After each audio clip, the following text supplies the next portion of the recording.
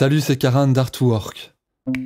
Chez Art2Work, nous accompagnons des jeunes bruxelloises et bruxellois dans leurs projets personnels et professionnels. Objectif : aller de l'avant, trouver sa place et devenir acteur, actrice de sa propre histoire. Ce sont ces histoires que vous allez découvrir. Des parcours de vie uniques, de multiples façons de s'en sortir, et l'importance, à certains moments, d'être entouré et accompagné pour trouver sa voie. C'est ma voix. Épisode 1. Baya. Je m'appelle Baya, j'ai 24 ans, je viens de l'Afrique de l'Ouest.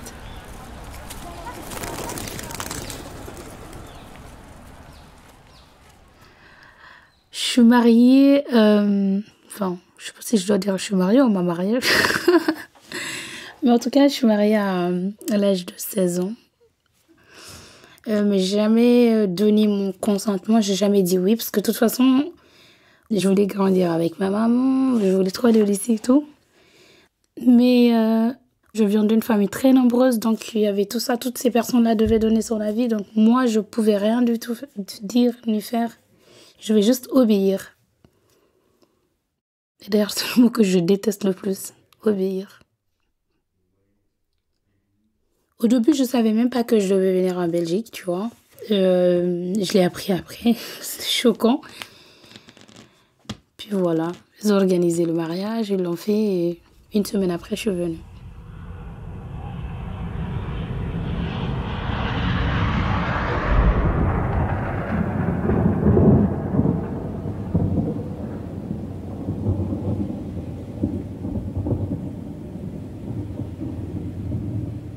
La première fois que je l'ai vu, c'était ici en Belgique, quoi. Je suis venue à Zaventem, je connaissais personne. Et là, lui me connaissait. Qu'il m'a vu, il m'a reconnu, quoi. J'étais là, ok. Genre, je viens, je suis un inconnu, quoi. C'était bizarre. C'est vraiment bizarre. En fait, pour lui, genre, vu que c'est lui qui m'a amenée ici, je suis son objet. Il doit me faire ce qu'il veut. Genre, je l'appartiens. J'ai pas le droit même de respirer s'il m'autorise pas. Je pouvais rien du tout faire. Et si je faisais quelque chose où j'essayais de lui répondre ou quoi, il me battait. Mais en fait, assez vite, j'ai compris que cette situation n'était pas du tout normale. Parce que déjà, franchement, j'ai jamais été battue avant. Du coup, je me disais que je devais faire quelque chose, même si je n'osais pas le faire. Au début, je ne savais pas du tout comment faire. Il a mis dans ma tête que je n'étais pas du tout capable. Tu vois, il me rabaissait. Et moi, je me disais, il a raison. Je crois que si je le quitte, je ne pourrai jamais me reconstruire, je ne pourrai jamais avancer. Et ça a duré beaucoup de temps. Vraiment beaucoup de temps. Et c'est quand j'ai commencé mes cours de néerlandais que j'ai rencontré Jeff. C'est un travailleur social de l'association CAW Bruxelles. C'est une association en fait qui aide les femmes battues.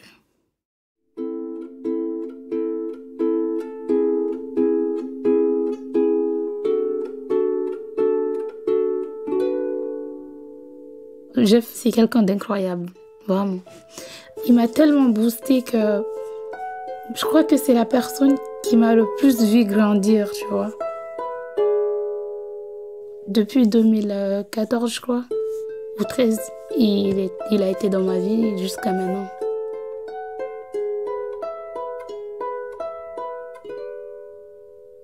Quand je l'ai rencontré, j'ai commencé à parler de mon histoire et eux, ils m'ont conseillé, ils m'ont dit que le jour qu'ils me battaient et tout, d'aller voir un médecin, pour avoir des preuves et tout ça. Et un jour, il m'a frappé la nuit, à 4h du matin, le 4 novembre.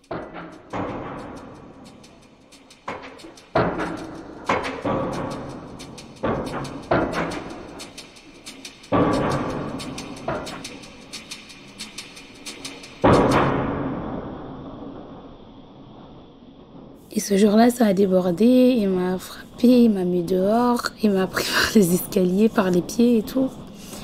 Il m'a mis dehors, il a fermé la porte. Je sais pas, j'ai eu quand même un déclic, tu vois, ce jour-là. Bon, je suis allée, à ce moment-là, j'étais à la mission locale d'Anderlecht, toute sale, en pleurs. Et je suis restée devant la porte, j'ai attendu qu'ils ouvrent. Et là, ils m'ont accueillie, j'étais vraiment en pleurs. Ils m'ont aidée, j'ai appelé Jeff. Et c'est là qu'il m'a posé la question, quoi. Il me dit, Baya, écoute, là, soit tu rentres chez ton mari, ou soit tu décides de plus y aller. Et là, c'était vraiment... J'avais jamais pris une décision dans ma vie, tu vois. C'était la première décision que je prenais vraiment pour ma vie. Et là, finalement, j'ai décidé de plus y aller. Je lui ai dit, écoute, je veux plus jamais retourner avec ce type-là. Et j'avais quand même vraiment peur. Et c'est là qu'on a appelé une amie que j'ai rencontrée à mes cours d'intégration. Et là, quand cette dame, elle m'a dit, oui, Baya, tu peux venir. J'étais tellement soulagée. Et puis voilà. Je commençais une nouvelle vie.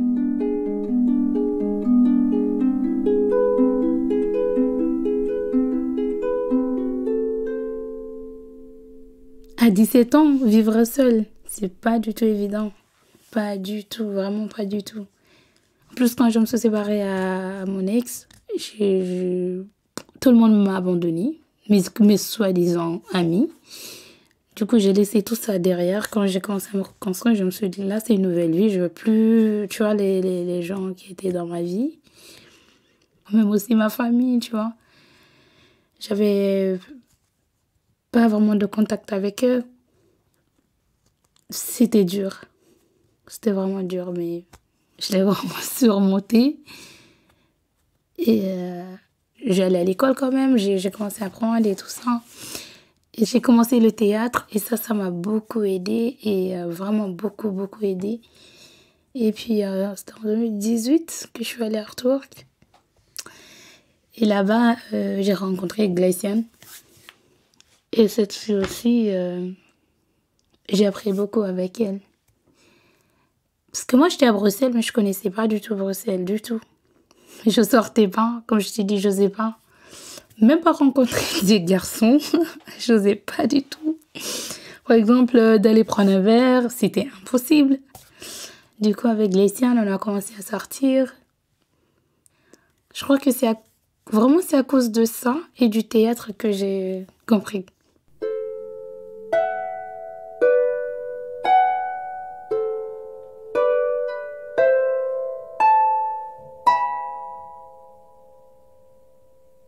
Moi, j'ai toujours voulu travailler avec les enfants. Et juste après Artwork, je me suis inscrite pour la préformation de auxiliaire de l'enfance. Mais après, en décembre, j'ai arrêté la formation pour animatrice. Et puis, janvier 2020, j'ai encore commencé une autre préformation de animatrice maintenant extrascolaire. J'ai fait ça et puis il y avait eu le Covid. C'était très, très, très compliqué. Mais finalement, on a réussi à terminer la formation. Et voilà, j'ai mon attestation d'animatrice. Je suis trop contente.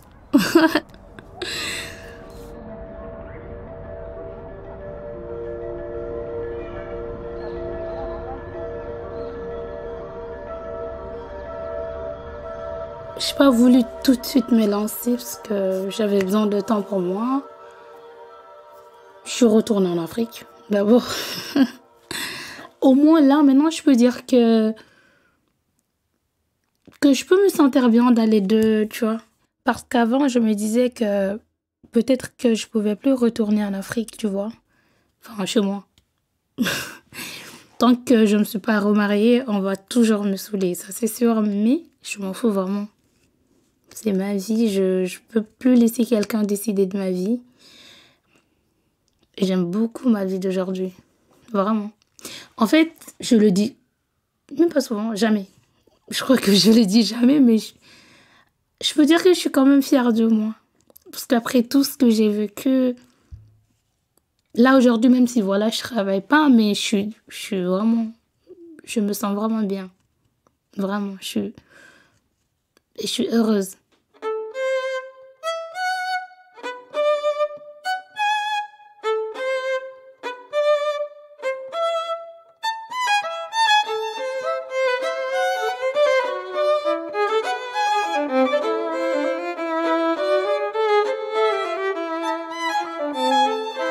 N'ayez pas peur de l'inconnu. On ne peut pas savoir ce qu'il y a devant. Du coup, surtout, je prends des risques.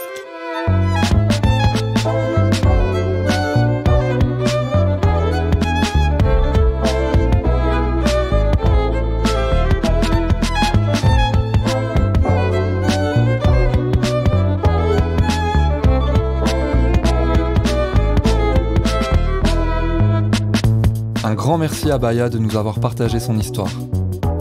C'est ma voix est un podcast d'Art2Work.